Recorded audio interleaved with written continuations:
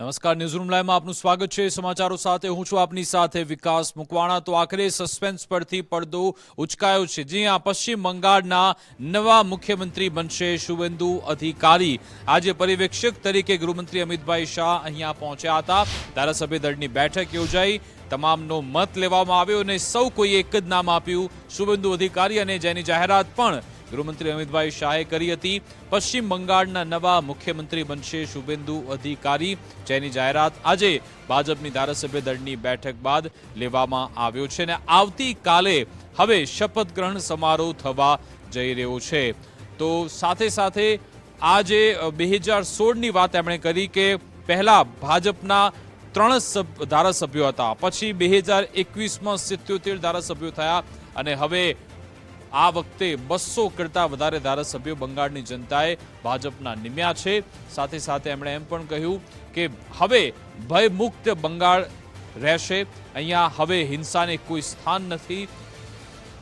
પશ્ચિમ બંગાળમાં ભાજપે જે પ્રગતિ કરી છે, ભાજપે જે સફળતા હાંસલ કરી છે, એની વાત પણ આજે અમિતભાઈ શાહ તરફથી કરવામાં આવી હતી। જોકે હવે એ નક્કી થઈ ગયું છે કે શુવેન્દુ અધિકારી એ મુખ્યમંત્રી રહેશે, પણ બીજા ઘણા બધા સમીકરણ પણ છે કે શું આ વખતે કોઈ નાયબ મુખ્યમંત્રી અહીંયા રહેનાર છે કે કેમ, એ વિશે પણ ઘણી બધી ચર્ચા થઈ રહી છે। જોકે અમિતભાઈ શાહે કહ્યું, શુવેન્દુ અધિકારી મમતા બેનર્જીને તેમના ઘરમાં ઘૂસીને હરાવ્યા, કારણ કે 2021માં પણ શુવેન્દુ અધિકારીએ મમતા બેનર્જીને નંદીગ્રામમાં હરાવ્યા હતા, ત્યારે પણ એમણે રોક્યા હતા। પછી 2026ની વાત કરીએ તો ભવાનીપુર બેઠક પર ત્યાંથી પણ શુવેન્દુ અધિકારી મમતા બેનર્જીને 15,000 કરતા વધારે મતોથી હરાવ્યા અને ત્યારે જ લગભગ કન્ફર્મ થઈ ચૂક્યું હતું કે સીએમ તરીકે શુવેન્દુ અધિકારી જ આવશે। જોકે છતાં પણ ઘણી બધી ચર્ચા હતી, જોકે હવે તમામ ચર્ચા પર પૂર્ણવિરામ મુકાયું, સીએમ તરીકે શુવેન્દુ અધિકારીનું નામ ફિક્સ થઈ ગયું છે। श्री शुभेंदु अधिकारी जी को पश्चिम बंगाल विधानमंडल दल के नेता के रूप में निर्वाचित घोषित करता हूं।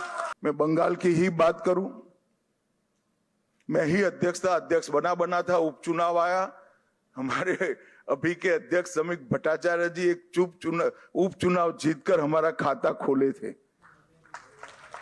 2014 की बात कर रहा हूं। 16 में 3 हुए, 21 में 77 हुए और 26 में 207 के साथ आज हमारा मुख्यमंत्री बैठने जा रहा है। ये यात्रा जितनी भव्य है, आनंददायक है, मगर यात्रा का मार्ग जबरदस्त असहनीय पीड़ा से भरा हुआ है। मैं आज भूल नहीं सकता कि 321 भारतीय जनता पार्टी के देवतुल्य कार्यकर्ताओं ने अपनी जान इस जीत के लिए गवाई है, विचार के लिए गवाई।